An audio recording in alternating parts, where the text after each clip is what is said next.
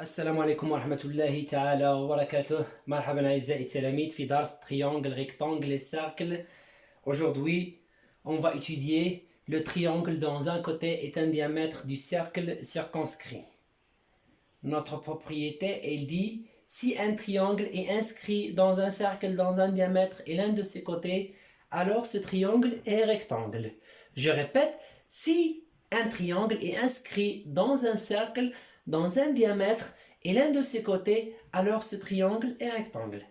Ça veut dire, si on a un triangle inscrit dans un cercle, l'un de ses côtés est un diamètre de ce cercle, alors ce triangle est rectangle. بمعنى أعزائي التلاميذ en arabe إذا كان لدينا مثلث أحد أضلاعه هو قطر دائرة وهذه الدائرة أكيد ستكون محيطة به فإن هذا المثلث سيكون قائم الزاوية.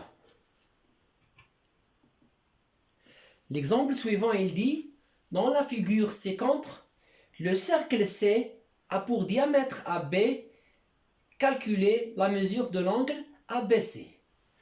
On a ici le cercle C, AB et son diamètre.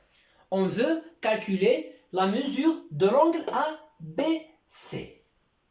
On a ce cercle, son diamètre est AB, le triangle est inscrit dans ce cercle, alors ce triangle est rectangle. قلنا أعزائي التلاميذ أن لدينا هذا المثلث وهو محاط بالدائرة C، أحد أضلاعه هو قطر هذه الدائرة، إذا أكيد هذا المثلث سيكون قائم الزاوية. Ça veut dire ici غتكون قياس هذه الزاوية 90 degrés ومن بعد نعرفوا قياس الزاوية B. نحن نعلم بأن les mesures des angles d'un triangle كيساوينا 180 درجة، إذا يمكن لي نحسب قياس ديال الزاوية B. إذا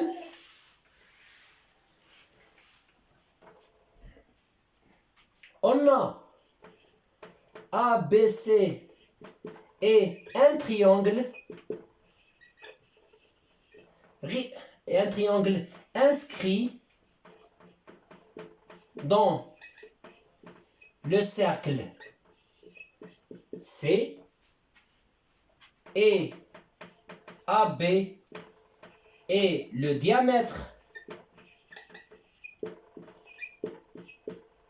de cercle C, alors ABC est un triangle rectangle. Alors ABC est un triangle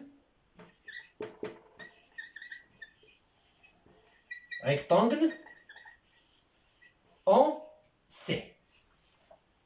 D'où, chers mes élèves, on peut calculer la mesure de l'angle ABC. D'où la mesure de l'angle ABC égale à 180 degrés moins 32 degrés plus 90 degrés égale à 58 degrés. D'où la mesure de l'angle ABC égale à 58 degrés.